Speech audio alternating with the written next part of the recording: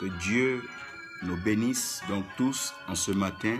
Que Dieu bénisse les nations. Nous voulons bénir le nom du Seigneur pour la Côte d'Ivoire. Nation bénie de Dieu. Et nous voulons profiter de cette opportunité matinale pour rappeler donc à toute la Côte d'Ivoire et à la création tout entière que l'Éternel Dieu est notre papa. Il est notre papa et c'est lui qui nous console. Dieu est notre Père à tous et c'est Dieu qui nous console.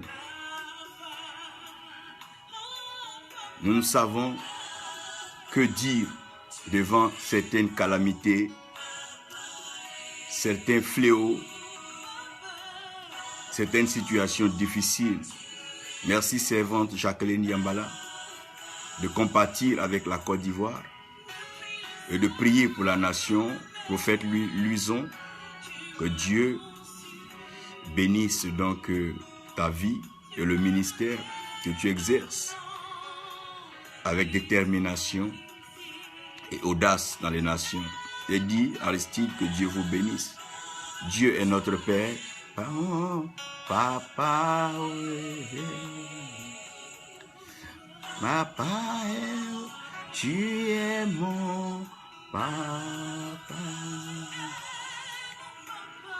Papa, tu es mon papa. Notre vrai Père, c'est Dieu. La mort n'est qu'un étranger. L'inondation, tout cela sont des étrangers. Le vol, la destruction, tout cela sont des étrangers. Mais notre Père, c'est Dieu. Et c'est lui qui nous donne la vie.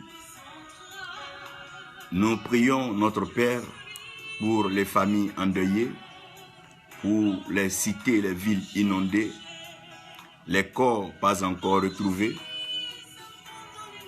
Et nous voulons profiter aussi pour implorer la grâce de Dieu afin de calmer donc les ardeurs des eaux, pour ne pas que les eaux soient meurtrières. Docteur Serge Nyamba, que Dieu te bénisse. Pasteur Louis Bertrand Mankama, que Dieu soit avec vous. Merci Seigneur. Papa, tu es mon papa. Nous devons reconnaître que nous sommes en train de vivre la fin des temps. Et comme j'étais en train de dire hier, le diable n'aura pas l'occasion de rendre les temps difficiles parce que Dieu lui-même a déjà prévu certaines choses. Et le plan de Dieu, le programme de Dieu est en train de se dérouler, en train de s'accomplir. Je crois que la méditation, la réflexion, l'enseignement de ce matin nous fera un bon bien. Nous aurons donc à déguster l'écriture. Mais sachons une chose, si nous devons nous poser des questions, il est temps de nous en poser. Pourquoi ces inondations? Pourquoi ces pluies? Pourquoi l'eau? Est-ce que c'est la dernière? Y en aura-t-il encore? Quels en seront les dégâts? Que pouvons-nous faire? Pouvons-nous prévenir cela? Avons-nous les moyens de le faire? À qui la faute? Est-ce le ciel? Est-ce la terre? Est-ce les hommes? Est-ce les leaders politiques? Est-ce une saison de pluie mal prévue? Qu'est-ce que c'est? Est-ce des problèmes d'urbanisation? Des problèmes de voies d'écoulement et d'évacuation? Tellement de questions que nous pouvons nous poser.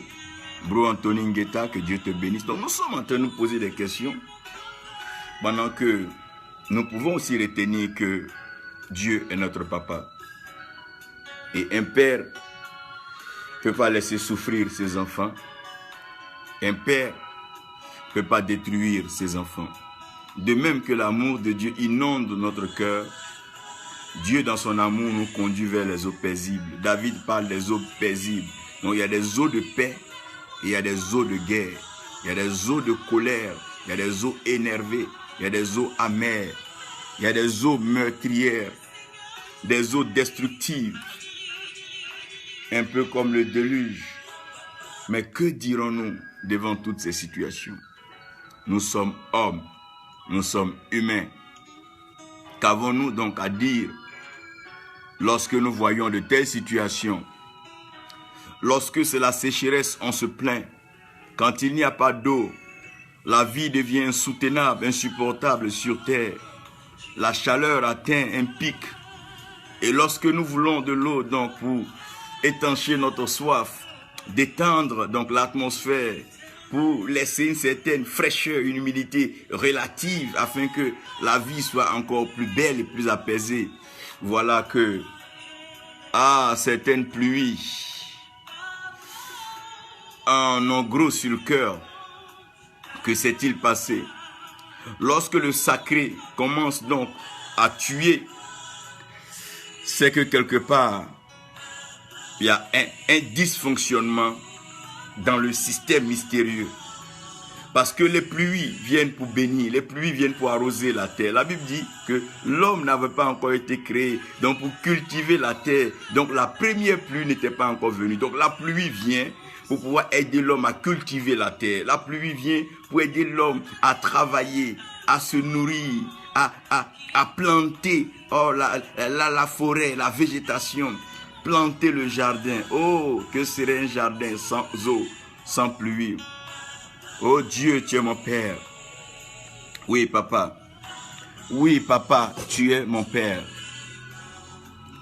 Et je sais que tu es mon Dieu. Tu es mon Dieu, tu es mon roi. Seigneur, merci pour la Côte d'Ivoire.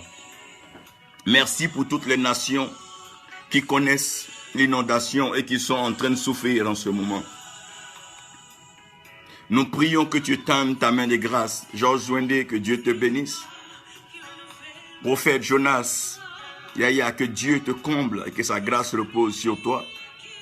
Merci pour tout ce que vous faites pour la Côte d'Ivoire, ces actes prophétiques de très haute portée, le rassemblement, une convocation sainte et solennelle des prophètes pour siéger, réfléchir, méditer, afin d'endiguer des consensus et aller à des solutions célestes pour restaurer l'ordre terrestre. C'est le temps. Pourquoi Dieu envoie des messagers? Mais c'est pour des temps comme ceux-ci. Ces temps qui échappent à l'homme, au commun des mortels. Ce temps qui échappe aux calculs, aux prévisions météorologiques. Ces temps, ces choses qui échappent à la provision donc des pompiers. Ces temps qui échappent au plan de nos gouvernements. C'est en cela que Dieu fait intervenir des prophètes.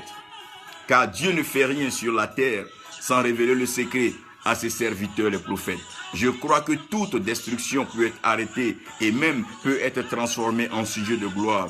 C'est en cela que je crois qu'après ce temps ténébreux, ce temps de douleur, ce temps de deuil, je pense qu'un air beau, un air merveilleux, un air de grâce, de gloire, de faveur planera sur la Côte d'Ivoire, sur les familles endeuillées et sur les nations. Dieu est bon, Dieu est merveilleux, il est notre Père. Un Père ne fera pas de mal à ses enfants. Que Dieu nous bénisse et que sa grâce repose sur nous. Et pendant que j'étais en train de méditer et que Dieu m'envoyait donc ce message, il me laissait le cantique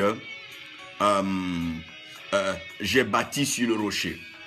Et j'ai bâti sur le rocher est un cantique que nous chantions lorsque nous étions plus jeunes, quand nous étions plus petits et que nous étions à l'école du dimanche, que nous étions en train de faire notre pas vers la foi, mais en ce moment nous étions conduits, dictés par les règles, les dogmes et les doctrines des hommes, jusqu'à ce que nous ayons cette opportunité de recevoir le Saint-Esprit pour avoir accès donc au trône de grâce, donc au trône de la révélation, au trône de la faveur, afin de nous abreuver de la source intarissable, la source donc de connaissance infinie qui est Dieu. Cette sagesse que personne ne peut comprendre, que personne ne peut finir d'interroger, parce que Dieu a l'éternité pour se révéler. Dieu n'est pas pressé et il agit dans le temps. Et la chanson disait, j'ai bâti sur le rocher. Et quand viendra la tempête, ma maison subsistera. Parce que ma maison est en Jésus. La pluie et le vent souffleront. Satan se déchaînera. Mais ma maison est en Jésus. Je n'aurai jamais peur. J'ai bâti sur le rocher. Et quand viendra la tempête, ma maison subsistera. Ma maison est en Jésus. La pluie et le vent souffleront. Satan se déchaînera. Mais ma maison est en Jésus. Et je n'aurai jamais peur. Donc déjà dans ce cantique, on prévoyait le vent, on prévoyait la pluie et on prévoyait certaines choses. J'aimerais que vous continuiez de déguster le cantique qui passe en fond sonore. Papa, tu es mon papa. On déguste ce cantique une dernière fois. Et je vais directement commencer à vous présenter le message. Et donc ouvrir les lucarnes et déjà les vannes que nous allons exploiter. Parce qu'aujourd'hui, j'aimerais qu'on réalise certaines choses fondamentales sur le mystère dans son entièreté de l'eau. C'est vrai que nous ne pourrons pas parcourir tout, mais nous allons donc aller sur certaines choses assez importantes de l'eau. Et nous allons comprendre que l'amour qui inonde ne détruit pas. Donc l'eau qui inonde ne doit pas normalement détruire. À moins qu'il y ait des débordements. Et le débordement de l'eau peut dépendre donc des vents. C'est en ce moment qu'on parle de tempête. Et vous allez comprendre aussi qu'il y a une relation entre l'eau et la chaleur, sinon le soleil. Si vous commencez à comprendre ces choses, vous allez donc progressivement vous interroger sur les précipitations et les prévisions météorologiques. Sachant un peu l'effet de l'homme donc sur le climat, vous allez voir aussi que les hommes associeront cela au réchauffement climatique et à beaucoup de choses. Ce n'est pas mauvais de comprendre ces choses. Ces choses-là n'ont rien contre la spiritualité et ces choses-là n'ont rien contre Dieu. La connaissance appartient à Dieu et Dieu nous inspire. Donc Dieu nous invite à entrer dans sa connaissance pendant que vous chantez ce cantique. Papa, tu es mon papa. Prophète Calixte, que Dieu te bénisse, que sa grâce repose sur toi. J'aimerais qu'on se recueille, que nous prions tous pour la Côte d'Ivoire, que nous commençons à chercher les solutions parce que ça ne sera pas la dernière pluie, ça ne sera pas la dernière saison, peut-être même pas les dernières inondations. On ne sait pas ce qui arrive nous réserve, mais qu'est-ce qui se passe réellement? Comment est-ce que nous pouvons donc interroger Dieu et résoudre les problèmes ponctuels et actuels? Il y aura des événements tragiques que le monde va connaître. Mais si le monde accepte donc de revenir vers Dieu, les choses seront meilleures. Je recevais hier un message que les États-Unis se sont retirés du Conseil, donc je crois de justice ou bien quoi, des Nations Unies. Parce qu'il y a des choses aujourd'hui que ceux qui croient en Dieu ne pourront pas supporter et soutenir. Les hommes sont en train de chacun chercher. Ceux qui veulent se sanctifier se sanctifieront davantage et ceux qui veulent aggraver leur cause déjà en multipliant et en excellant dans le péché vont le faire. Mais il est temps qu'on s'interroge. Pourquoi est-ce que ces atrocités, pourquoi est-ce que ces choses arrivent donc sur la terre des hommes pendant que nous sommes? Nation bénie de Dieu, nation élevée, nation de grâce. Nation favorisée, comme toutes les nations d'ailleurs, à cause des oints, à cause des fils de Dieu dans cette nation. Dieu mettra fin à ces destructions qui sont en train de continuer. Et nous savons que Dieu a la capacité d'arrêter les eaux, d'arrêter les inondations, d'empêcher de préserver, protéger les vies. Les maisons qui avaient été déjà inondées, le vent soufflera et ces eaux vont s'apaiser. Vous connaissez l'histoire de Genèse 8. On aura l'occasion donc de déguster tout ça. Que Dieu bénisse la nation, que Dieu bénisse ses serviteurs, que Dieu bénisse les autorités et que Dieu bénisse tous les Ivoiriens et tous ceux qui vivent sur la terre ivoirienne. Que Dieu préserve les étrangers, les orphelins, la veuve. Que Dieu préserve les sacrificateurs, ses oints et ses prophètes. Tout ce que Dieu prépare donc pour jouer un rôle dans cette situation, laissez vos cœurs parler librement. Il n'est pas l'heure, il n'est pas temps d'accuser un régime, une quelconque personne. C'est des naufrages, c'est des événements qui peuvent arriver. Et quand ça arrive, nous devons tous nous unir, avoir un cœur commun et combattre dans la solidarité, dans l'unité et dans cette foi. Nous n'avons pas besoin d'être désunis et de pouvoir donc approcher cela avec des points de vue, je veux dire, un peu plus arrogants. Non, personne n'est maître d'une situation. C'est vrai, c'est chez l'autre que l'eau est arrivée, mais ça peut arriver à tous. C'est vrai, c'est arrivé pendant le temps de régime de tel, ça peut arriver au régime de tout le monde. Ne prenez pas, ne politisez pas, ne cherchez pas à en faire quelque chose de compliqué. Plutôt interrogeons-nous sur ce qui se passe au ciel. Nous avons beaucoup de choses à dire ce matin, mais nous avons beaucoup de choses à déguster ce matin. Que Dieu donc nous aide à pouvoir suivre ce message. Il est notre papa et c'est lui qui est notre papa. Comprenez cela et gardez ce cantique. Papa, tu es notre papa. Nandi Serge Rodrigue, que Dieu te bénisse et que sa grâce repose sur toi. Que sa faveur donc soit avec toi pendant que tu te connectes pour suivre ce message. J'aimerais que vous réalisiez avec moi que tout ce qui est lié à l'eau et tout ce qui est lié au feu, l'homme doit s'approcher avec un peu plus de réserve. C'est pour ça que vous allez voir que toutefois qu'il y a l'eau quelque part ou qu'il y a le feu quelque part, tout le monde n'est pas autorisé donc à s'approcher. Ceux qui sont autorisés donc à s'approcher, c'est des personnes qualifiées, à savoir les pompiers, les marins et autres. Faites attention, la piscine elle-même, elle tue. L'eau détruit. Et ce n'est pas aujourd'hui seulement. Depuis la création, vous allez comprendre que l'eau peut détruire, l'eau peut annexer et l'eau peut faire disparaître des villes, des nations. Si vous allez regarder l'histoire de la Hollande, le Pays-Bas, vous allez comprendre pourquoi est-ce que ce pays a été appelé Pays-Bas. Nous ne parlons pas de certains lieux bitumés, par exemple au Togo, où carrément la mer est venue te couvrir toutes les bitumes et reprendre du territoire. C'est des événements qui arrivent. Mais j'aimerais que pour aujourd'hui, nous restons donc dans ce thème-là. L'amour inonde, mais ne détruit pas. L'amour inonde, mais ne détruit pas. Donc si l'amour inonde et que l'amour ne détruit pas, tout ce qui vient par amour peut inonder, mais ne doit pas détruire. Donc c'est par amour que Dieu nous envoie sa pluie.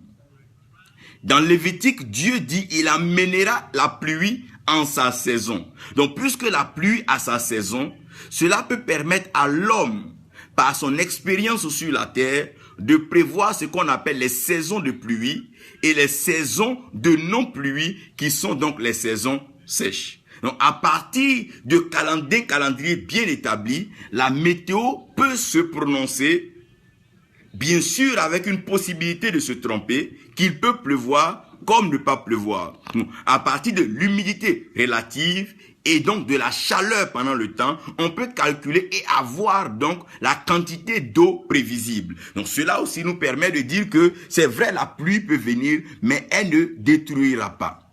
Parce que l'amour inonde, mais l'amour ne détruit pas.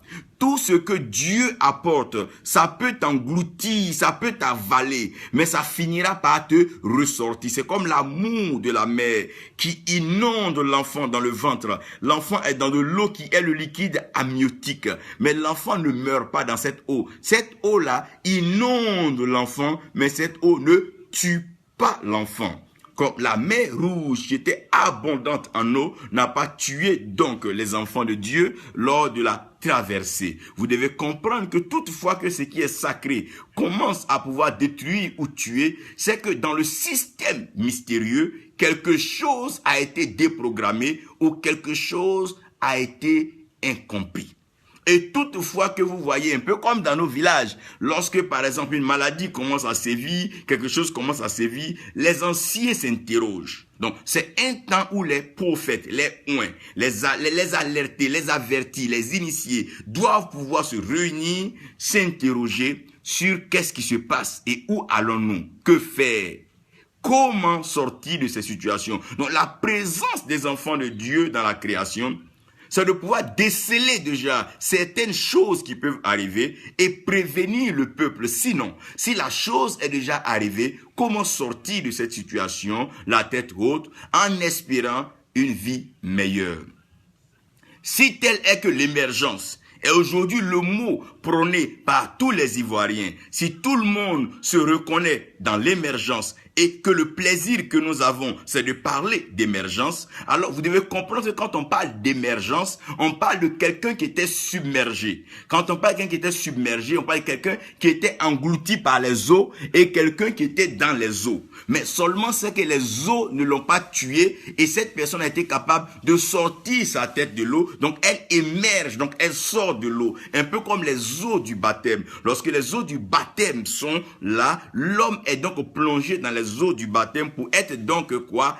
Submergé, donc immergé. Après ça, l'homme doit pouvoir émerger. Donc quand on parle de l'émergence, on parle donc de la vie, d'une résurrection, ressortie d'une situation. Et je suis convaincu que non seulement la Côte d'Ivoire, mais toutes les nations qui ont connu l'inondation et toutes les nations qui ont connu la colère des eaux pourront donc émerger et vivre le bonheur.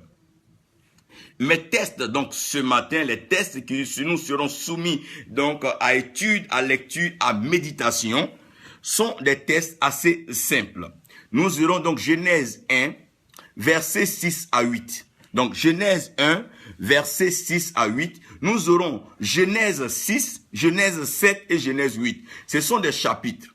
Et ces chapitres-là parlent du déluge, du plan et le projet de destruction de l'humanité par l'eau. Comment Dieu l'a conçu et qu'est-ce que Dieu a pensé. Alors Lévitique nous aidera et Job va nous amener dans une interrogation assez fondamentale. Et la question que Job pose est qu'une question que moi-même je me pose et que nous devons nous poser. Job demande qui est le père de la pluie. Qui est le père de la pluie? Donc la pluie là, ça vient de chez qui et qui est le père de la pluie?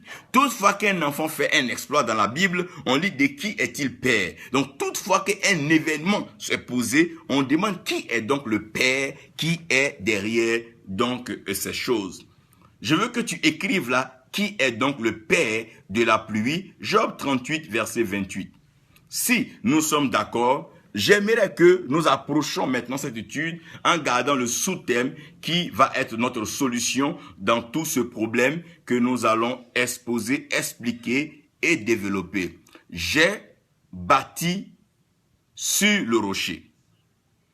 Et quand viendra la tempête? Donc, j'ai bâti sur le rocher. Et quand viendra la tempête? Donc, si aujourd'hui je bâtis sur le rocher, c'est parce que je sais que tôt ou tard, la tempête viendra.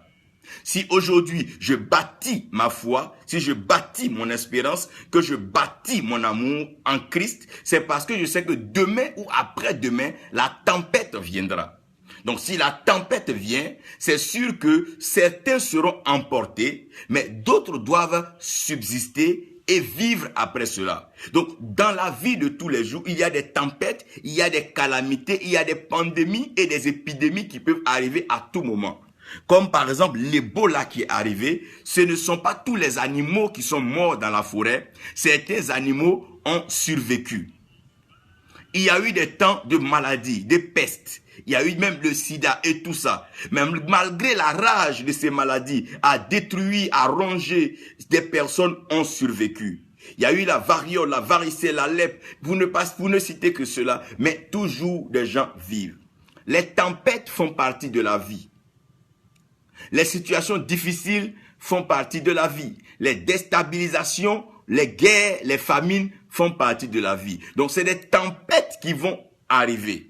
Mais c'est le moment pour nous de bâtir donc notre maison, de bâtir notre vie sur le rocher. Les hommes mettent leur foi en des assurances aujourd'hui et des hommes mettent leur foi en des cartes bleues ou bien mettent leur foi en des banques. Mais les naufrages peuvent affecter ces choses-là. Des inondations peuvent carrément couvrir des bureaux de banque et emporter plusieurs données informatiques et même endommager les appareils informatiques. Il y a beaucoup de choses qui peuvent arriver. Il est temps de bâtir sur le rocher. Et j'aimerais inviter quiconque m'écoute aujourd'hui et en ce moment, si tu n'as pas encore accepté Jésus-Christ comme Seigneur et Sauveur, si tu n'as pas encore la sécurité de ta vie et que tu n'es pas rassuré, j'ai une proposition à te faire, sinon une suggestion, et la meilleure d'ailleurs. J'ai expérimenté et je peux te dire que Jésus-Christ est fidèle, car il est l'unique, il est le Fils du Dieu vivant, celui par qui Dieu sauve l'humanité et en qui Dieu préserve et protège l'humanité. Son amour est grand et merveilleux, car il n'y a pas de plus grand amour que de donner sa vie pour son prochain. Il est venu et il a donné sa vie à la croix pour te sauver, pour me sauver. Gloire soit rendue à son nom. Que Dieu soit glorifié. Et sache que si tu l'as fait, tu es libre d'entrer dans les eaux du baptême et tu recevras le Saint-Esprit qui changera ton être intérieur et te donnera de vivre une vie plus ou moins apaisée dans ce monde agité, ce monde tumultueux, ce monde d'excitation. Les cris et les bruits, nous entendrons toujours, mais sois serein et garde ta foi dans le Seigneur Jésus-Christ. Je veux donc commencer ce thème en vous parlant donc du mystère de l'eau. Le mystère de l'eau. Lorsque Dieu a commencé à créer, Dieu a constaté le besoin d'envoyer la lumière. Pourquoi Dieu a constaté le besoin d'envoyer la lumière? Parce que l'opposition et la démission avaient déjà commencé. Lucifer, de son vrai nom, était l'ange de lumière qui transportait la lumière là où Dieu créait. C'est comme un patron qui signe un document et la secrétaire qui met le cachet dessus, le sceau dessus, pour certifier que le document est parfait et que le document est authentique. Donc le rôle de Lucifer était d'authentifier et de certifier ce que Dieu avait créé de par la lumière. Parce que si la lumière n'est pas faite sur une chose, la vérité n'est pas faite sur cette chose. Donc quand on dit dans notre jargon, la lumière paraîtra ou on fera lumière sur une situation, ça veut dire que la situation est encore confuse, nous n'avons pas toute la vérité, mais lorsque la lumière paraîtra, nous aurons la vérité. C'est en cela que dans un lieu ténébreux, on ne peut pas faire la différence entre une femme et un homme, on ne peut pas faire la différence entre qui est clair, qui est noir, parce que lorsqu'il y a les ténèbres, lorsque c'est noir, on n'a pas le discernement et on ne peut pas donner une affirmation certaine. Donc, Lucifer ayant démissionné, ne se présenta pas au lieu où Dieu avait créé. Donc, lorsque Dieu a créé les cieux et la terre, Dieu s'est rendu compte qu'à la surface des abîmes, il y avait les ténèbres. Pourquoi il y avait les ténèbres à la surface des abîmes? Parce que quand on parle des abîmes, on parle d'une profondeur. Quand on parle de la profondeur, on parle d'une creusée. Quand on creuse, on laisse un trou. Et ce trou-là va au fin fond de la terre. Mais lorsque le trou est creusé, quel que soit le temps dans lequel tu regardes dans le trou est toujours noir, le trou est toujours sombre et le trou est toujours ténébreux. Donc partout où il y a des profondeurs, il y a comme des ténèbres qui cachent cela. Donc, pourquoi les ténèbres cachent les profondeurs? Parce que c'est dans les profondeurs que se trouvent les secrets, dans les profondeurs que se trouvent les mystères. Donc, si tu ne peux pas entrer dans les profondeurs d'une chose, tu ne pourras pas comprendre les mystères qui sont enfouis. C'est tout comme une sauce. Plus tu vas en profondeur de la sauce, il t'est plus facile de pouvoir avoir accès aux meilleurs rudiments et ingrédients donc de la sauce. Revenons donc à notre point et comprenez que lorsque Dieu a créé, donc dans les abîmes, la surface des abîmes était couverte par les ténèbres. Donc puisqu'il y avait les ténèbres, Dieu a tout de suite compris que Lucifer avait démissionné en s'opposant maintenant donc à la volonté de Dieu qui était que la lumière soit faite sur toute chose. Donc tout ce qui arrive aujourd'hui sur la terre des hommes, rien ne restera impuni parce que la lumière sera faite sur toute chose. La lumière qui sera faite sur toute chose, c'est le trône de jugement de Dieu qui va venir éclairer donc l'humanité sur certaines choses. Et je prie que Dieu puisse éclairer nos nations sur les événements qui arrivent et les événements qui sont en train de se préparer dans le secret pour arriver. Donc, si donc les ténèbres sont constatées, avant que les ténèbres ne soient constatées, la Bible dit que « Et l'Esprit de Dieu se mouvait déjà à la surface des eaux ». Donc, l'Esprit de Dieu se mouvait à la surface des eaux. Je vais laisser là une pause et que vous compreniez. Quand Dieu a dit que la lumière soit, la prochaine chose que Dieu a fait directement, Dieu a commencé à s'occuper de l'eau. Donc, après que Dieu ait fini la séquence de Genèse 1, verset 2, verset 3, verset 4 et 5, directement, Dieu a commencé à travailler sur les eaux. Pourquoi? Vous allez comprendre aujourd'hui que dans la modernisation, nous sommes sans ignorer que l'électricité, le courant, la lumière que nous utilisons vient des barrages hydroélectriques. Quand on parle des barrages hydroélectriques, on parle de l'eau. Quand on parle de l'eau, ça c'est de l'eau qui coule, c'est de l'eau vive. On parle des fleuves. Donc la lumière peut se retrouver à partir des eaux. Mais l'Esprit de Dieu se mouvait à la surface des eaux. Pourquoi? Parce que les eaux sont incontrôlables. Les eaux remplissent tout ce que tu mets en bas. Si tu ouvres un robinet, que tu mets un seau, le seau va se remplir et le seau va être débordé. Parce que l'eau peut couler sans limite. L'eau n'a pas de limite, l'eau n'a pas de frein.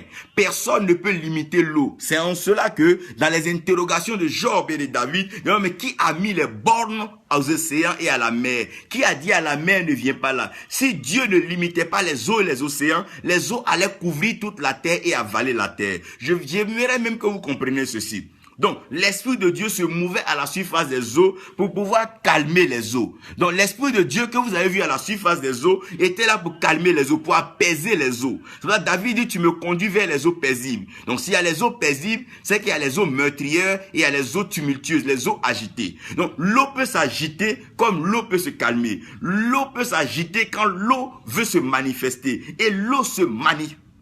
L'eau se manifeste. Lorsque nous procédons à la guérison de la piscine de Bethesda, ça veut dire que l'eau était agitée. Donc quand l'eau est agitée dans une nation, c'est pour guérir la nation. Chaque fois que l'eau est agitée, c'est pour guérir quelque chose. Vous allez comprendre ça. Donc puisque l'Esprit de Dieu couvrait les eaux ne pouvaient pas donc déborder.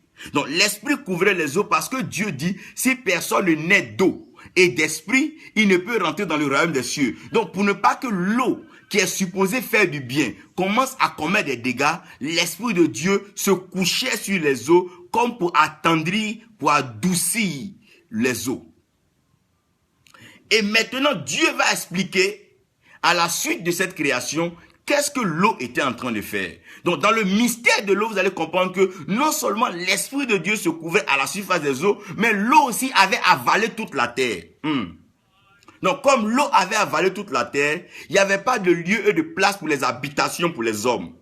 Donc, puisque l'eau est partout, l'eau a couvert la terre, il n'y a pas un lieu pour habiter, il n'y a pas un lieu où on peut marcher, il n'y a pas un lieu où on peut aller faire du commerce, il n'y a pas un lieu où on peut s'asseoir, il n'y a même pas de lieu pour faire un culte, il n'y a pas de lieu pour faire un temple. Donc, à la création, il n'y avait que l'eau.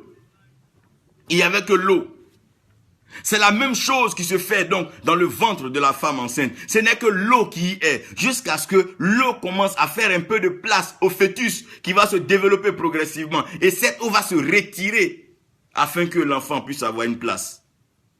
Donc la même chose va être constatée en Genèse. La Bible dit que et Dieu a demandé aux eaux de se rassembler. Lisez bien, la Bible dit et Dieu demanda aux eaux. C'est Dieu qui a demandé aux eaux de se rassembler. Les eaux n'avaient pas l'intention de se rassembler. Non, les eaux couvraient déjà la terre et les eaux étaient déjà à l'aise dans leur position. Donc la place que la terre occupe aujourd'hui, c'est la place que l'eau avait.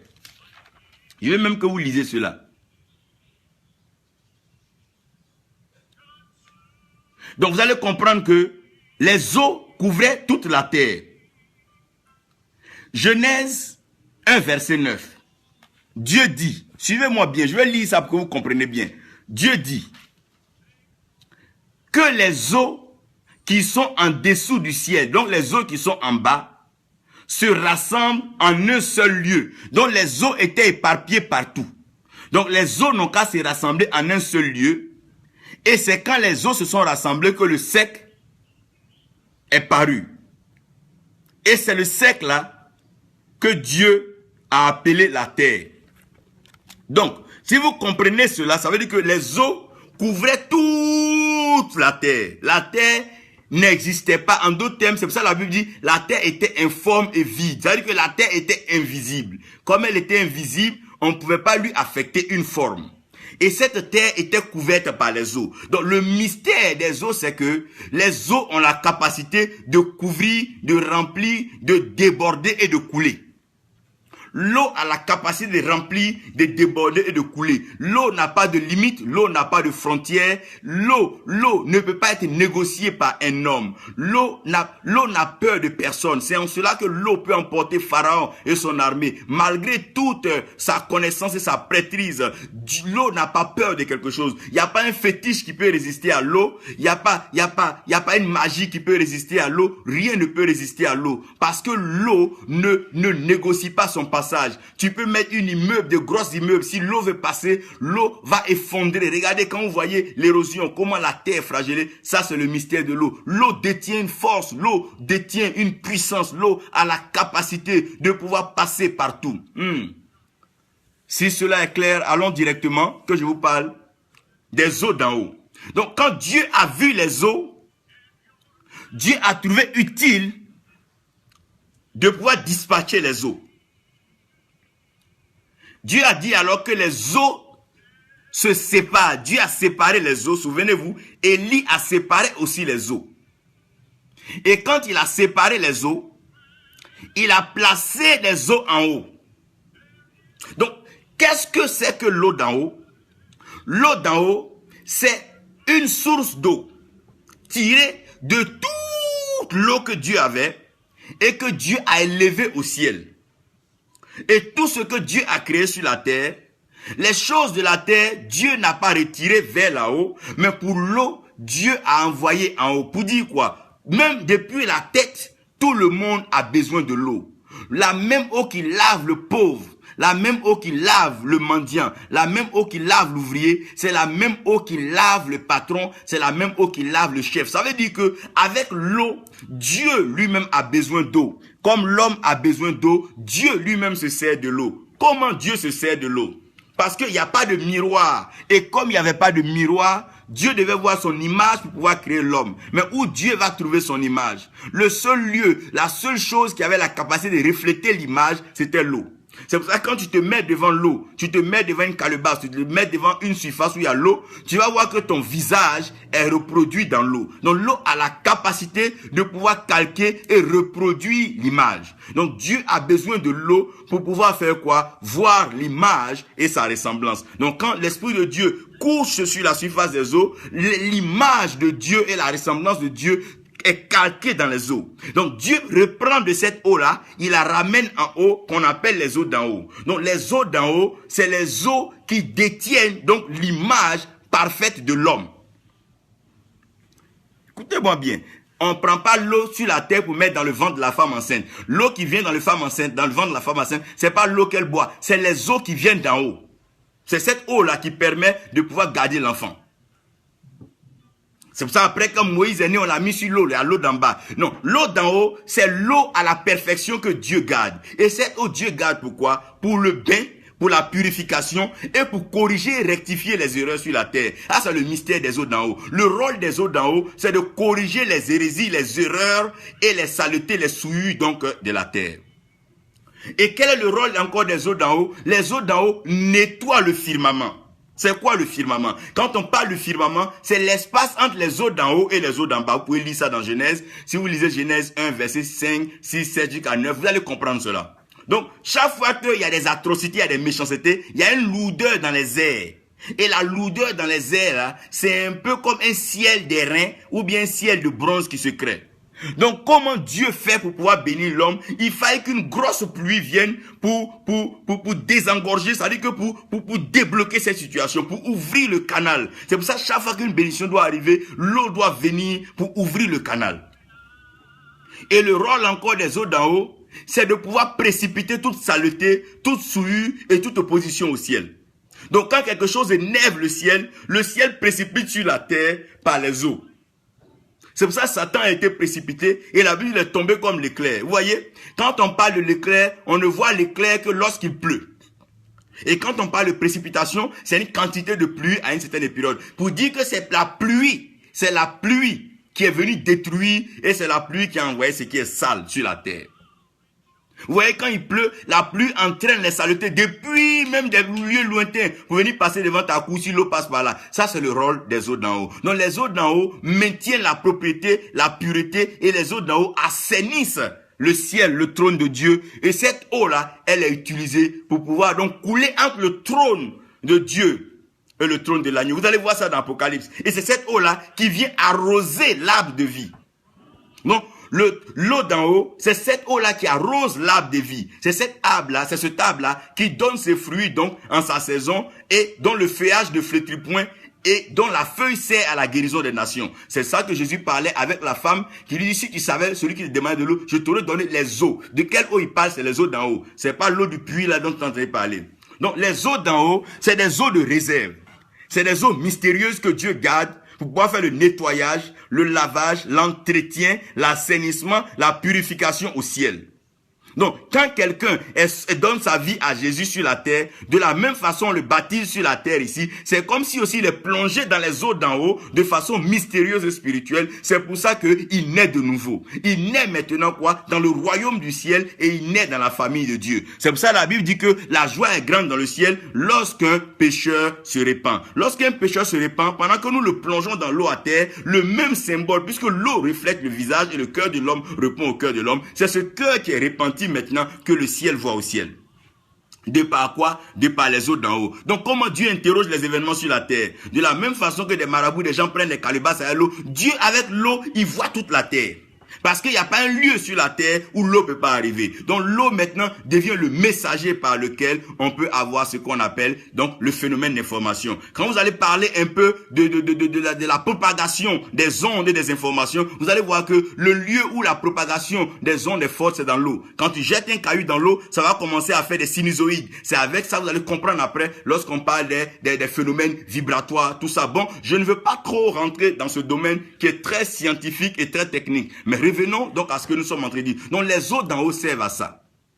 Maintenant les eaux de la terre, les eaux terrestres, le but des eaux terrestres c'est quoi? C'est de pouvoir compartimenter, délimiter des portions de terre. C'est pour ça que quand les Blancs sont venus en Afrique, ils ne se sont pas emmerdés. Là où les fleuves passent, ils disent bon, cette terre-là, on appelle le fleuve Niger, le fleuve Temps. C'est en fonction des fleuves qu'ils ont commencé à nommer les lieux. Donc, en fonction des fleuves qui passent, on peut avoir la frontière donc entre les pays. À partir de là où l'eau passe, on peut avoir donc une frontière. Qu'est-ce qui fait la différence entre l'Europe et l'Afrique du Nord? Tu vas aller voir que c'est de l'eau qui les sépare là-bas vers le canal de Suez. C'est de l'eau. Là où l'eau compartimente, cette terre a un nom. C'est pour ça qu'on appelle outre-mer, outre-mer. Donc, les terres qui sont de l'autre côté de l'eau.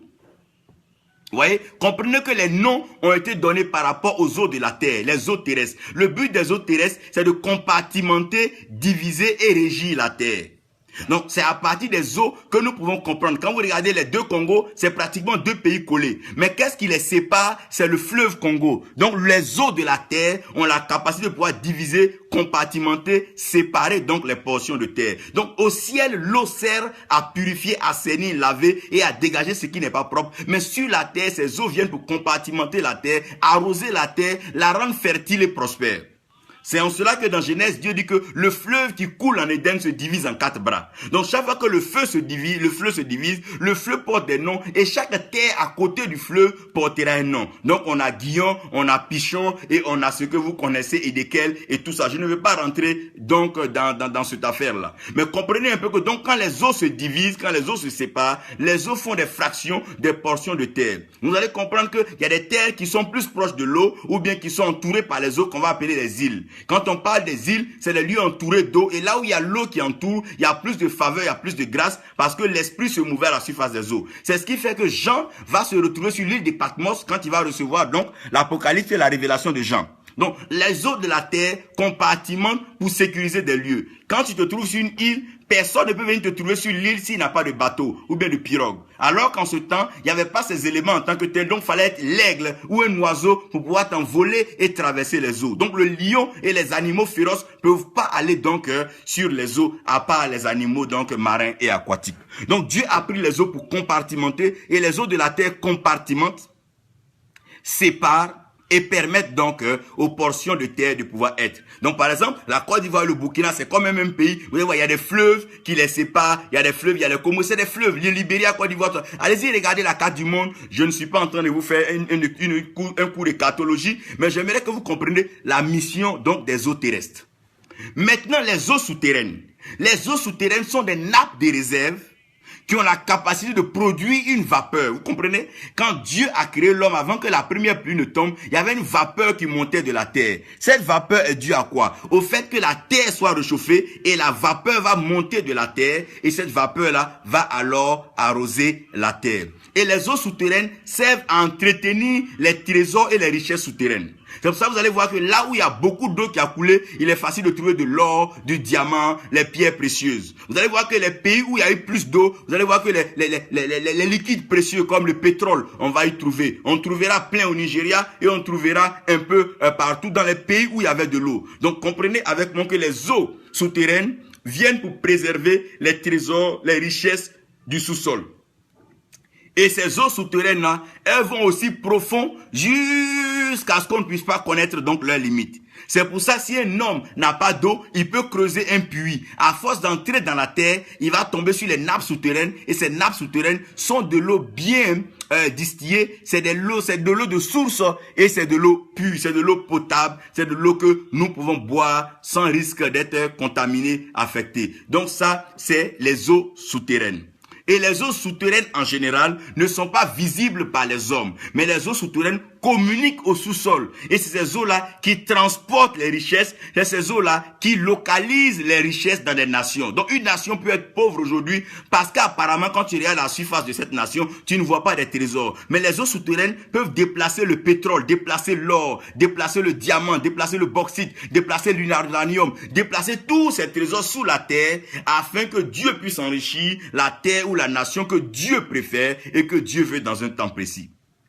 Maintenant, je parlerai des eaux de ruissellement. Les eaux de ruissellement, c'est des eaux qui viennent après la pluie. Lorsqu'il y a une rosée, on n'a pas besoin de ruissellement, non. Parce que la rosée, c'est la bénédiction matinale que Dieu apporte et c'est en général même pas une pluie. C'est juste des formes de grêle, des formes de glace qui versent pour pouvoir apaiser le sol au matin pour que toi qui te réveilles, tu puisses savoir que le jour est beau et que le jour est déjà arrosé. Et la Bible dit, il est agréable pour les frères de demeurer ensemble. C'est comme. Donc vous comprenez un peu la suite de ce passage-là. Donc les eaux de ruissellement sont des eaux qui ont décidé de ne pas rester dans un lieu, mais de se déplacer pour se propager, se répandre dans une source encore plus grande, c'est-à-dire la mer et l'océan. Donc les eaux de ruissellement, c'est des eaux qui commencent à prendre des trajectoires et des directions pour aller toujours vers la mer. Et en général, les eaux de ruissellement prennent toujours la direction du sud. Quand on parle du sud, on parle du midi. Vous allez comprendre pourquoi on parle du soleil de midi. J'aurai l'occasion de vous expliquer ces choses-là tout à l'heure. Je veux d'abord expliquer cela avant qu'on rentre même bien dans ce que je vais vous dire. Donc, les eaux de ruissellement, c'est des eaux qui prennent la direction du midi, donc la direction des eaux qui sont en bas, donc les golfes, pour aller donc se jeter dedans. Et ces eaux-là coulent. Et en coulant, ces eaux-là se feraient des passages. Donc les passages là peuvent être directement naturellement faits par ces eaux, ou bien les hommes qui sont en train de prévoir l'urbanisation doivent maintenant tenir compte des eaux de ruissellement et prévoir des caniveaux ou bien des canaux d'évacuation de ces eaux. Si ces canaux d'évacuation de ces eaux ne sont pas prévus, à force de vouloir passer et que le passage ne serait pas ouvert, ces eaux vont commencer à se stagner. C'est des eaux qui ne sont pas faites pour se stagner, elles ont une mission de couler. Donc à force de les stagner, elles finissent donc par s'élever. Et c'est en s'élevant qu'elles produisent des inondations, et c'est les conséquences des inondations qui sont les dégâts que nous connaissons et les pertes en vie humaine. Ça, c'est la mission des eaux de ruissellement. Des eaux de ruissellement ou bien des eaux d'évacuation. Donc, vous avez compris maintenant dans le mystère des eaux, comment est-ce que les eaux travaillent. Donc, les eaux de ruissellement, c'est quoi? Par exemple, il a plu par exemple à Yamoussoukro. Et cette pluie-là doit arroser Toumoudi. Donc, l'eau va couler de Yamoussoukro pour aller à Toumoudi. Ça, c'est les eaux de ruissellement. Il a plu par exemple chez X. Et la pluie doit arriver chez Y aussi. Pour ne pas qu'il y ait une pluie spéciale pour Y, cette eau qui est tombée va couler directement pour aller. C'est comme des fois il pleut dans une ville et puis on voit le fleuve gagner et les affluents deviennent forts. La pluie n'a pas besoin de tomber dans chaque lieu, mais l'eau par le ruissellement peut distribuer cette eau-là dans les portions de la terre selon la volonté de Dieu. Maintenant, d'où commence la révélation de la terre et l'habitation des hommes? Quand Dieu a séparé les eaux d'en haut et les eaux d'en bas, l'espace entre les eaux d'en haut et les eaux d'en bas, c'est ce que Dieu a appelé le firmament. Et c'est le firmament là que Dieu a appelé ciel. Maintenant, Dieu a demandé aux eaux de se rassembler. Quand les eaux se sont rassemblées, il y a ce qui est sec qui est apparu. C'est ce qui est sec là qu'on a appelé la terre. Donc la terre elle-même, c'est simplement lorsque les eaux se retirent. Donc il n'y a pas de révélation de la terre si les eaux ne se retirent pas. Donc tant que les eaux ne se retirent pas, la terre ne peut pas s'épanouir et la terre ne peut pas être vue. En d'autres termes, l'eau couvre la terre. C'est pour ça que le jour qu'il pleut, beaucoup de cérémonies sont annulées, beaucoup de cérémonies sont reportées, beaucoup de cérémonies sont gâchées, des activités sportives sont carrément annulées. Pourquoi? Parce que c'est les eaux qui doivent se retirer afin que la terre soit révélée. C'est pour ça que quand l'homme a péché, Dieu a dit, c'est à la sueur de ton front, c'est quand les eaux vont se retirer de ton front alors que donc tu vas avoir ton pain. Donc les eaux viennent toujours pour couvrir et cacher donc la terre. C'est pour ça quand un homme n'a pas que bon dit, il est mouillé. Alors que quand un homme est mouillé, il n'est pas actif. Mais il a besoin plutôt de se suer ou de sécher. Donc, qu'est-ce qui va se passer lorsque la terre va apparaître?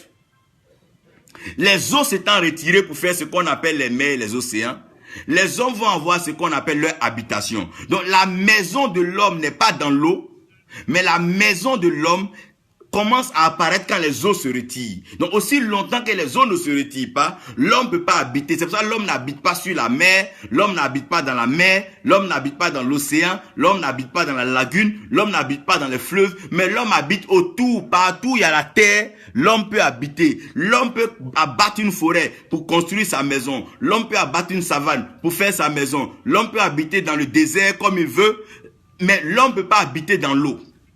Parce que l'eau est faite pour les animaux marins et les animaux aquatiques. C'est un autre règne, c'est le règne marin, c'est le règne aquatique. Ça, c'est pas là-bas que l'homme vit. L'homme vit sur la terre. Mais Dieu a demandé à l'homme de dominer sur les poissons des eaux. En d'autres termes, l'homme peut dominer sur les eaux. Donc, si l'homme peut dominer sur les eaux, donc l'homme peut donner une certaine direction aux eaux. Donc, partout où l'homme habite, l'homme doit pouvoir donner une direction à l'eau. C'est ce qu'on appelle, dans le plan de l'urbanisation, les canalisations, les projets d'évacuation, ce qu'on appelle donc dans les sorties d'eau. Donc, partout où l'homme doit habiter, l'homme doit respecter un plan bien connu. Ça veut dire quoi? Si moi, j'ai placé ma maison sur cette voie, il va falloir que les maisons qui doivent s'aligner puissent respecter un passage pour l'eau. Parce qu'on ne peut pas cumuler et condenser les maisons sans prévoir de passage d'eau. Si nous ne prévoyons pas de passage d'eau, ça veut dire que l'eau va se créer un passage. Et en se créant un passage, l'eau ne va pas tolérer les maisons et ne va pas tolérer les êtres qui vivent là. Donc, l'homme pour pouvoir habiter, l'homme doit tenir compte donc du passage de l'eau. Donc, lorsque l'homme ne tient pas compte du passage de l'eau, l'homme commence à mettre en danger sa propre vie et les habitants donc de la cité. Et quand l'homme doit habiter une cité, l'homme doit tenir compte du niveau de la terre par rapport au niveau de l'eau. Donc, si le niveau de la terre est trop basse, on va avoir ce qu'on appelle les bas-fonds et les creux. Si nous avons les bas-fonds et les creux et qu'il pleut, l'eau va forcément venir inonder ces lieux. Donc, l'habitation de l'homme doit être faite avec la pensée et l'esprit que Dieu donne à l'homme. Dieu va parler à Noé pour dire, Noé, il aura un déluge. Donc, ça veut dire que non seulement la pluie va venir, mais l'eau va ruisseler. La pluie va venir et l'eau va couler. Donc, puisque la pluie va venir et que l'eau va couler, je souhaiterais que tu bâtisses donc une maison, que tu bâtisses l'arche et que tu bâtisses le bateau. Mais l'arche, Noé, que tu veux bâtir, tiens compte des dimensions, tiens compte donc des ustensiles et des types de bois que je vais te préciser. Ça veut dire que Noé ne bâtit pas l'arche de son propre chef, il ne bâtit pas l'arche comme il veut, mais il bâtit l'arche selon le plan que Dieu lui donne. Donc toute ville, toute cité, toute nation a un plan d'urbanisation, un plan qui est défini, qui est déjà présenté par des topographes, des cartographes, des experts qui, tenant compte donc des aléas, doivent produire un plan à partir duquel la ville ou la cité doit être bâtie. Si vous regardez bien le temple de Jérusalem, il y a des portiques, il y a des portes. Donc on ne peut pas fermer les passages des eaux sans s'attendre à des inondations, ça n'a pas de sens. Mais puisque les hommes sont corrompus et que les hommes sont prêts à se corrompre, non seulement ils corrompent les hommes, mais ils veulent défier les lois de la nature et ils veulent s'en prendre à Dieu. Donc les lieux qui étaient supposés être des lieux d'évacuation d'eau, qui devaient être des canaux, l'eau devait passer, les hommes ont préféré construire des maisons dessus et s'installer en donnant des sommes à des personnes qui percevaient ces sommes. Mais en prenant le passage de l'eau, c'est l'homme que tu as corrompu. Mais n'oublie pas que l'eau finira par passer parce que c'est son passage. Quand c'est le passage de l'eau, tout ce que tu peux faire, c'est de respecter le passage de l'eau. Noé pouvait dire à Dieu, comme Seigneur, tu parles déjà avec moi, j'ai pas besoin d'âge, quand l'eau va venir, je vais nager. Mais est-ce que Noé peut nager? Même la natation, à un moment, ça fatigue. Donc, ne pensez pas que nous pouvons être plus intelligents, plus rusés que Dieu. Quand il y a un plan d'urbanisation, il y a un plan de construction, il y a un plan pour bâtir une ville, respectons cela.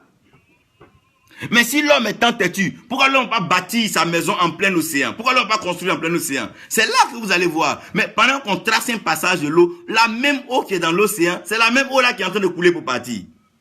C'est juste l'océan, mais en miniature, qui est en train de partir. C'est pour ça, une seule parole de Dieu, même si elle est petite, il faut la respecter. Parce que c'est toute la Bible que tu risques de remettre en cause en désobéissant à la parole, à la voix de Dieu. Faites attention de ne pas désobéir à la voix de Dieu. Parce que l'eau qui coule, c'est cette eau qui va constituer la mer, l'océan. Donc ne bloquez pas donc le passage de l'eau. Donc l'habitation de l'homme doit tenir compte de l'eau.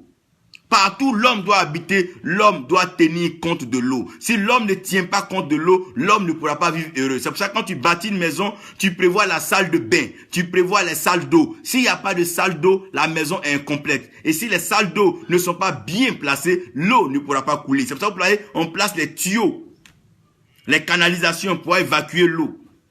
Mais si l'eau n'est pas évacuée, ça va être compliqué. Demain, la douche est remplie, ça va remplir la chambre, remplir le salon, remplir toute la cour, et la cour est inondée. Voilà un peu. Et j'exhorte donc nos autorités en Afrique et même dans le monde à considérer les plans d'urbanisation en construisant les maisons. C'est très, très, très important. Ne négligeons rien. Dieu nous a demandé de cultiver la terre et de l'entretenir comme le jardin. Nous devons entretenir nos habitats, entretenir nos nations, entretenir nos maisons. Nous devons tenir compte des saisons de pluie. C'est pas la peine de laisser toujours l'eau à venir. On va revenir encore avec nos yeux coupables, nos têtes coupables et nos langues hypocrites pour commencer à se prosterner sur la mémoire des épreuves. Non, non. Commençons maintenant à prévoir le passage de l'eau. L'eau qui est venue là peut venir demain encore, peut venir après-demain. C'est mieux de prévoir le passage de l'eau. Si Dieu même a rassemblé les eaux quelque part, l'homme doit être capable de pouvoir créer un lieu pour rassembler les eaux. Laissez les eaux aller se jeter dans la lagune et elles vont continuer le passage. Laissez les eaux passer, laissez les eaux passer. Lorsque la femme commence à perdre les eaux, elle peut plus rien faire. Les sages-femmes ne peuvent plus rien faire. L'eau là, c'est comme ça. Quand l'eau décide de passer, laisse-le passer. Tu ne peux pas négocier. Même quand tes larmes veulent couler, tu peux ne pas vouloir pleurer, mais tes larmes ne feront que couler. Quand l'eau veut passer, tu n'as pas le choix. Regardez quand quelqu'un est par exemple grippé ou enrhumé. Tu vas beau faire, mais les morts ne vont faire que couler. Ça doit nettoyer la tête. L'eau doit nettoyer la terre. Il y a eu trop d'atrocités, trop de méchanceté, des crimes rituels, les sangs des innocents, tout cela. Mais vous allez comprendre qu'il faut près de 2000 litres d'eau. Je sais pas, 2000 litres d'eau pour pouvoir effacer près d'1 litre de sang. Donc, pour effacer tout ce sang qui a coulé, pour pouvoir effacer tout ce que les hommes ont versé comme sang d'innocents, crimes rituels, tuerie d'enfants, enlèvement d'enfants. Mais l'eau doit ruisseler, l'eau doit passer, l'eau doit laver. L'eau doit laver, l'eau doit laver. L'eau doit laver. Donc laissez l'eau couler, laissez l'eau laver là, le sol. Laissez l'eau laver le sol afin de la purifier et la présenter. Laissez l'eau laver les souillures. Chaque fois que le ciel devient lourd, qu'on n'arrive pas à comprendre, la pluie vient pour détendre l'atmosphère. C'est pour ça que quand il pleut, ouais, l'air est frais et le bon vent souffle. Après la pluie vient le beau temps. Donc la pluie vient pour donner le beau temps. Mais avant qu'il ait le beau temps, ça doit enlever le sale temps. Ça doit balayer tout ce qui n'est pas correct, tout ce qui n'est pas normal et tout ce qui ne glorifie pas Dieu. Je vais directement aller maintenant dans les précipitations et les prévisions météorologiques. Je voulais que vous compreniez une chose. La pluie, l'eau tient compte de deux choses. J'ai parlé de Dieu qui a traité la lumière avant de revenir à l'eau. Mais dans la lumière, quand Dieu va la matérialiser, Dieu va placer le soleil qui est la grande luminaire et Dieu va demander au soleil de gouverner les jours. Donc ça veut dire que la responsabilité du soleil, c'est de gouverner les jours. Et vous allez voir que les précipitations des pluies dépendent donc de la position du soleil. Donc quand le soleil de midi, quand on dit le soleil de midi, c'est le soleil de 12 heures.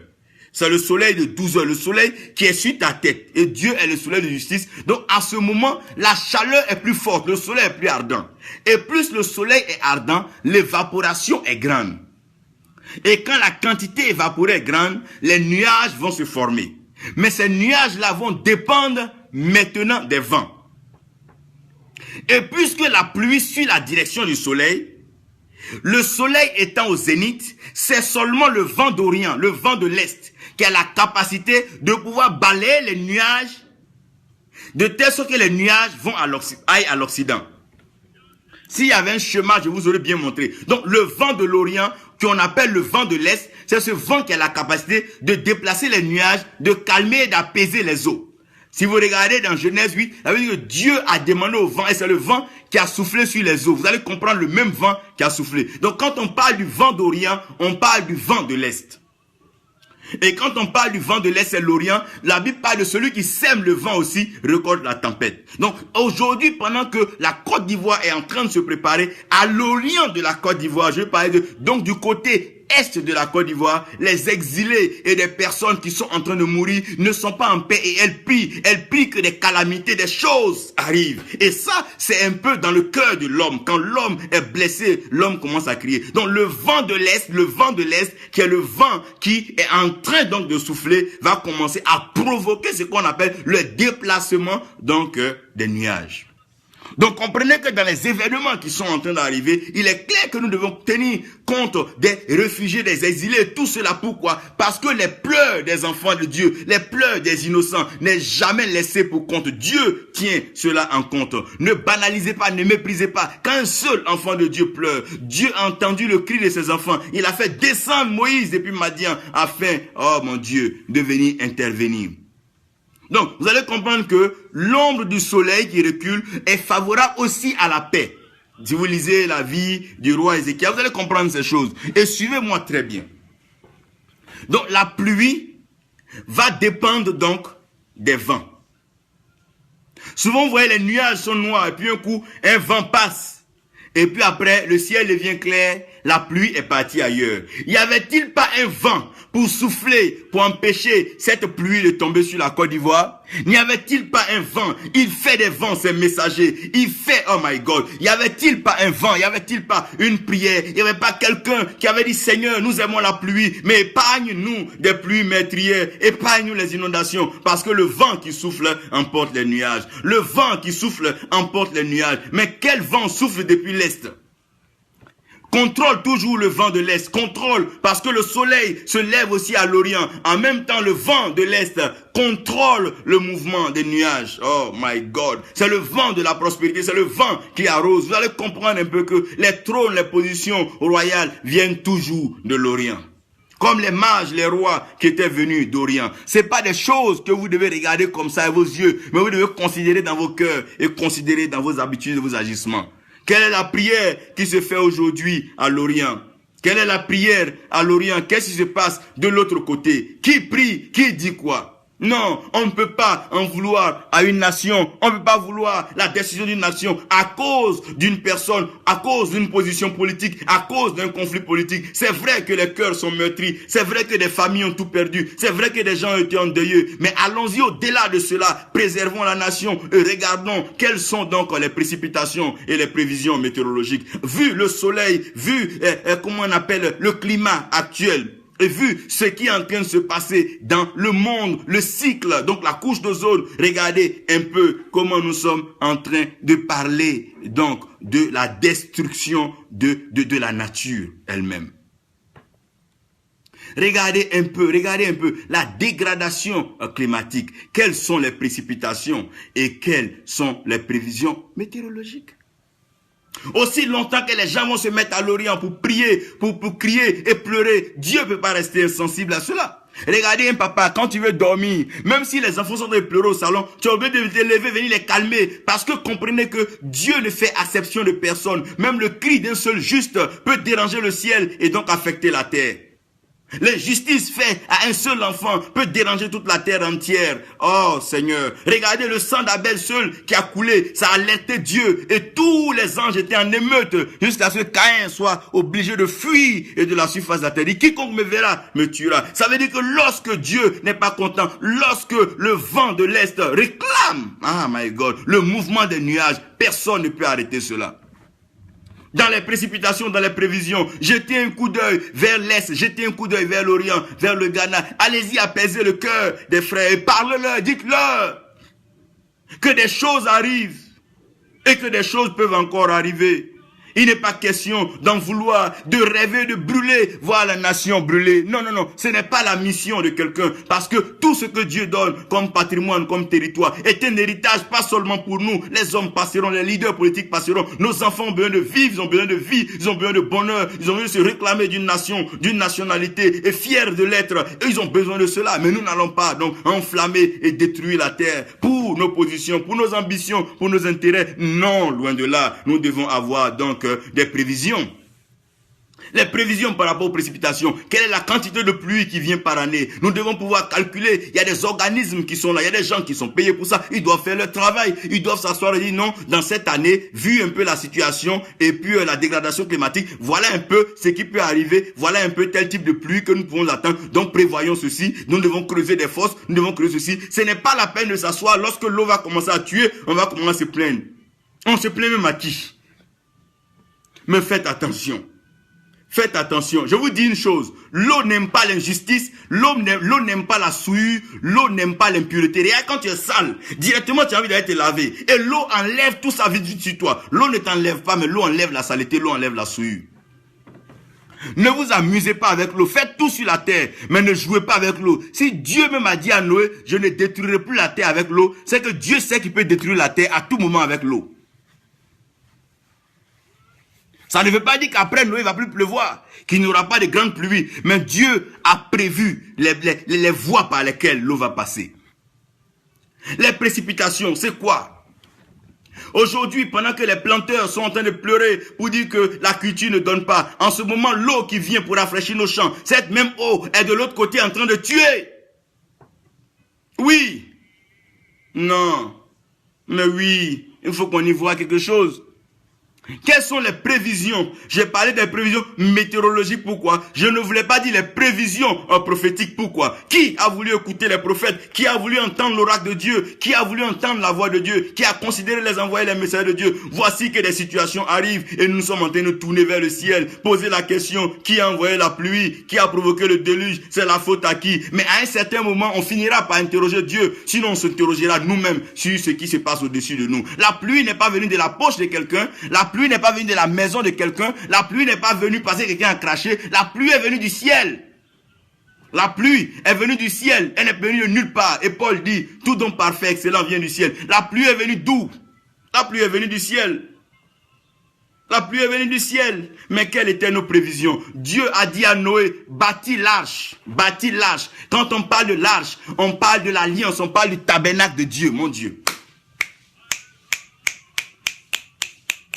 Heureuse la nation dont l'Éternel est Dieu. Comprenez une chose, tant que nos nations ne sortent pas de certaines formes d'idolâtrie, de certaines formes de magie, de manipulation, les nations vont subir la colère de Dieu. Elle sera manifestée sans pitié par l'eau et par le feu. Vous allez comprendre que des zones, des incendies incalculables vont commencer. Pourquoi? Parce que lorsque le ciel n'est pas content, l'eau et le feu commencent donc à agir, qui sont les deux mains de Dieu. Lorsque l'eau et le feu sont d'accord, regardez, vous vous souvenez, il y a quelques années de cela au Ghana, où l'eau et le feu se sont donné la main pour brûler et tuer des milliers, et tuer un nombre incontestable. Frères, faisons attention. Faisons attention. Faisons attention. Quelles sont nos prévisions? Est-ce que l'arche de l'alliance est là? Est-ce que les sacrificateurs dans la nation sont heureux? Est-ce que les étrangers sont heureux? Est-ce que les veuves sont heureuses? Est-ce que les orphelins sont heureux? Qu'est-ce qui est mis donc à la disposition? Quelle est la prévision pour que ceux que Dieu aime soient capables donc de pouvoir être heureux? Quelle est la prévision, même parlant des dîmes des nations? Est-ce que cela est mis à la disposition des sacrificateurs, des serviteurs de Dieu, afin que les nations soient présentées devant Dieu? Où se trouve l'arche de l'Éternel? Où se trouve l'arche de l'Alliance? Où se trouve l'arche de la consécration? Où se trouve l'arche de Dieu? Tout le monde a vaqué maintenant à des sectes, à des loges, à des pratiques maçonniques, sataniques et diaboliques. Voici que les ténèbres ont pris toute la terre et l'eau maintenant est entrée dans la scène et dans la marche en train de détruire. Revenons à Dieu, bâtissons l'arche, bâtissons nos maisons, bâtissons nos vies. Nos vies ne nous appartiennent pas, nos âmes appartiennent à Dieu. J'ai bâti sur le rocher et quand viendra la tempête. Ne vous asseyez pas et commencez à faire des prévisions météorologiques, à faire des prévisions spirituelles. Il y aura encore des pluies. Pourquoi? On ne peut pas arrêter la pluie. Ça vient du ciel. C'est pas quelque chose, ça vient de la cour. C'est pas un robinet pour dire si on a fermé, ça va plus venir. C'est là-bas, ça va venir. Aussi longtemps que le ciel sera lourd, l'atmosphère sera lourde, insupportable, la pluie va venir et elle va venir. Elle va venir, elle va venir. Mais quelles sont nos prévisions? Que disent les prophètes? Que disent les sages? Que disent les anciens? Que disent les leaders politiques? Que disent les hommes? Avant de poster tout, avant de se sentir indigné, avant de porter toutes ces notions de deuil, de condoléances, nous sommes d'accord. Mais nous sommes en train de parler de ce qui peut arriver encore. Ça, c'est déjà arrivé, gloire à Dieu. Dieu a limité les dégâts. Mais qu'est-ce qu'on en sait? Lorsque la famine devait arriver, Pharaon, après avoir fait le rêve, il a demandé, mais Joseph, faut que tu nous aides. C'est vrai que l'Égypte est une grande nation, mais voilà ce qui est en train de se passer maintenant. Une famine va arriver, mettre l'Égypte à genoux. Qui aidera la Côte d'Ivoire? Qui, prophète, ça sera pour voir dans les choses à venir et sortir de ce carcan politique, de cet embrouille des élections 2020? Qui sera président? C'est pas là notre question, qui sera candidat. C'est pas là notre préoccupation, mais c'est qu'est-ce que nous pouvons avoir de bon, de merveilleux encore sur la nation? Qui veut avoir une nation invivable où l'eau tue, l'eau entre dans les maisons pour emporter les hommes, emporter les vies, emporter les trésors, emporter les biens? Qui entrera dans ce recommencement perpétuel? Qui aura cette force? Il est temps d'apaiser la colère des eaux. Il est temps d'apaiser la colère de Dieu avant de passer, avant de se prononcer sur nos acquis et de pouvoir vanter nos mérites, ce que nous avons réalisé. C'est bien beau, nous faisons de bonnes choses, mais qui est allé fouiller les tests pour voir ce que Dieu veut pour les nations? Les prévisions météorologiques, sinon les prévisions prophétiques. Qu'est-ce que nous prévoyons? Voulons-nous laisser l'eau venir emporter, détruire à tout moment? Voulons-nous laisser l'eau venir baptiser les nations à tout moment et emporter les baptisés? Non! Après le baptême d'eau, il faut quand même un bateau de feu. Lorsqu'il y a eu le déluge, il y a eu le naufrage du bateau de Paul, souvenez-vous que le vent les a amenés vers l'île de Malte. Oh, je prie pour que le vent de la restauration, ce vent apaise. Mais quelles sont les prévisions? Quelles sont les prévisions? D'abord, nous devons contrôler les vents sur la nation. Quand on parle des vents sur la nation, c'est les messages, les paroles que nous prophétisons. Arrêtons de prophétiser des paroles mensongères, des paroles méchantes, des paroles de guerre, des paroles haineuses à cause de nos positions et nos affiliations politiques. Les partis politiques sont comme des sports, des jeux. C'est les jeux. Et donc, nous n'avons pas à gâcher des vies dans ces choses. Nous devons plutôt prendre cela de façon simple. Regardez aujourd'hui, il y a des élections chaque année dans les grandes nations, les États-Unis, la France et autres. Personne ne meurt. Au contraire, celui qui est battu, celui qui a gagné, il se retrouve après pour partager un pot. Mais pourquoi est-ce que nous ne pouvons pas comprendre cela? Et pour des portions politiques, pour des positions politiques, nous sommes prêts à maudire, nous sommes prêts, des gens sont prêts à verser de l'eau. Tant qu'ils ne sont pas là, faut pas la Côte d'Ivoire va trouver la paix. Quelle est cette sorcellerie? Quelle est cette magie? Quel vent souffle? Quel vent souffle? Qui a provoqué le sacré? Qui a ouvert? Qui? Trop d'hôtels d'hommes. Les hommes ont bâti des hôtels sur des crânes humains, des hôtels sur le sang des enfants, les hôtels sur les... Ah my God, tous ces hôtels sont aujourd'hui en train de réclamer du sang et la mort. Comment est-ce que l'hôtel des hommes est en train de tuer, comme la tour de Babel? Maintenant, tout le monde est dans la confusion. La pluie qui nous fait du bien. Regardez aujourd'hui, tout le monde est en train de réfléchir et méditer. Est-ce qu'il doit pleuvoir encore? Est-ce que ça vaut la peine qu'il pleuve encore? Mais il va pleuvoir. Oui, ça je vous le dis, il va pleuvoir. Hein? Il va toujours pleuvoir. Dieu envoie la pluie pour bénir l'homme. La Bible parle de la pluie de l'arrière-saison. Ah, donc ça veut dire même que après même ça que la pluie va venir. Il y a une saison. Donc c'est même pas un jour, c'est une saison, c'est une période. C'est une série de jours. Quelles sont nos prévisions?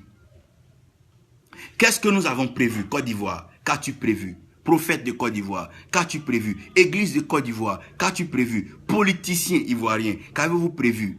Journaliste ivoirien, qu'avez-vous prévu? Au lieu de mettre en exergue et montrer ces images dans le monde entier, présenter ces vies en train d'être détruites ou détruites, mais vous ferez mieux de vous asseoir et réfléchir. Que faire?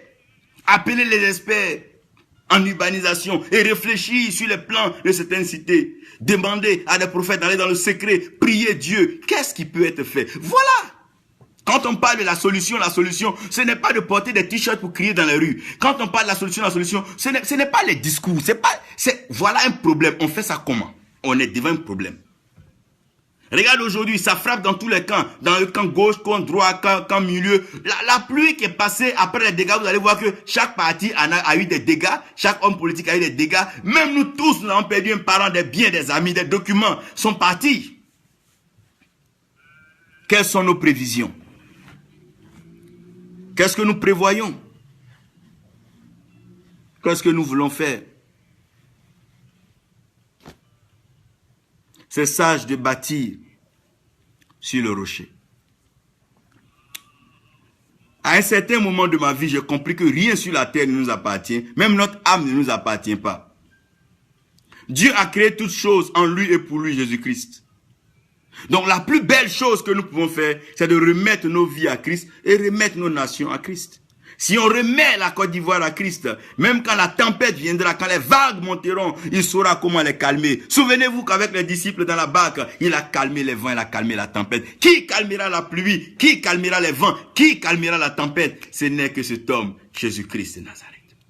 Ce n'est que lui, le Seigneur, le Sauveur, la solution de l'humanité. C'est lui qui est la solution, la protection universelle. Semblable au sang de l'agneau qui a été mis sur les linteaux de l'époque quand l'ange de la mort passait. C'est lui toujours qui est celui qui nous devons fonder nos vies. C'est sur lui que nous devons bâtir. C'est sur lui que nous pouvons bâtir nos vies. Ce qui arrive dépassera toujours les politiciens, les leaders, dépassera les hommes. Parce que Dieu est sur le point de faire des choses que œil n'a pas encore vu, oreille n'a pas entendu, ce n'est pas monté dans le cœur de l'homme. Dieu veut faire des choses, Dieu veut secouer la création, Dieu veut se manifester, il veut se faire sentir, il veut se laisser découvrir. C'est le temps de la révélation et Dieu va agir en attaquant par l'eau et par le feu. Il va utiliser les deux ailes, oh my God, de l'aigle, et Dieu va agir dans une profondeur avec l'eau et le feu. Des choses se préparent. Préparez-vous parce que Dieu veut agir. Dieu veut que nous réalisons que nous sommes hommes et que la seule façon pour nous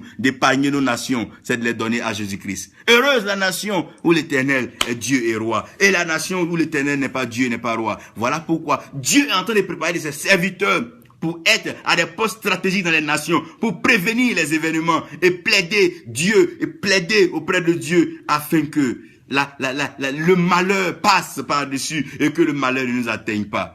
Et que les fléaux passent par-dessus et que les fléaux ne nous atteignent pas. Le plus important, c'est comment est-ce que Dieu bâtit les nations. Il dit, Abraham, toutes les nations de la terre seront bénies au travers de toi. Quand on parle d'Abraham, on parle du prophétique révélé par la foi. Tout ce qui se passe dans une nation est une œuvre de foi. Ne pensez pas que c'est par les volontés politiques que les nations sont développées, mais c'est par la foi. Regardez comment les États-Unis sont devenus une nation grande et puissante des États. C'est par la foi. Ces esclaves ont travaillé. Ces Indiens ont travaillé. Ces explorateurs ont travaillé par la foi, en mettant tout sur Dieu, bâtissant la Bible, la loi constitution américaine sur la Bible. Aujourd'hui, voici une nation pleine d'étoiles et tout le monde veut y aller. Si nous devons pouvoir bâtir, nous devons pouvoir bâtir sur le rocher.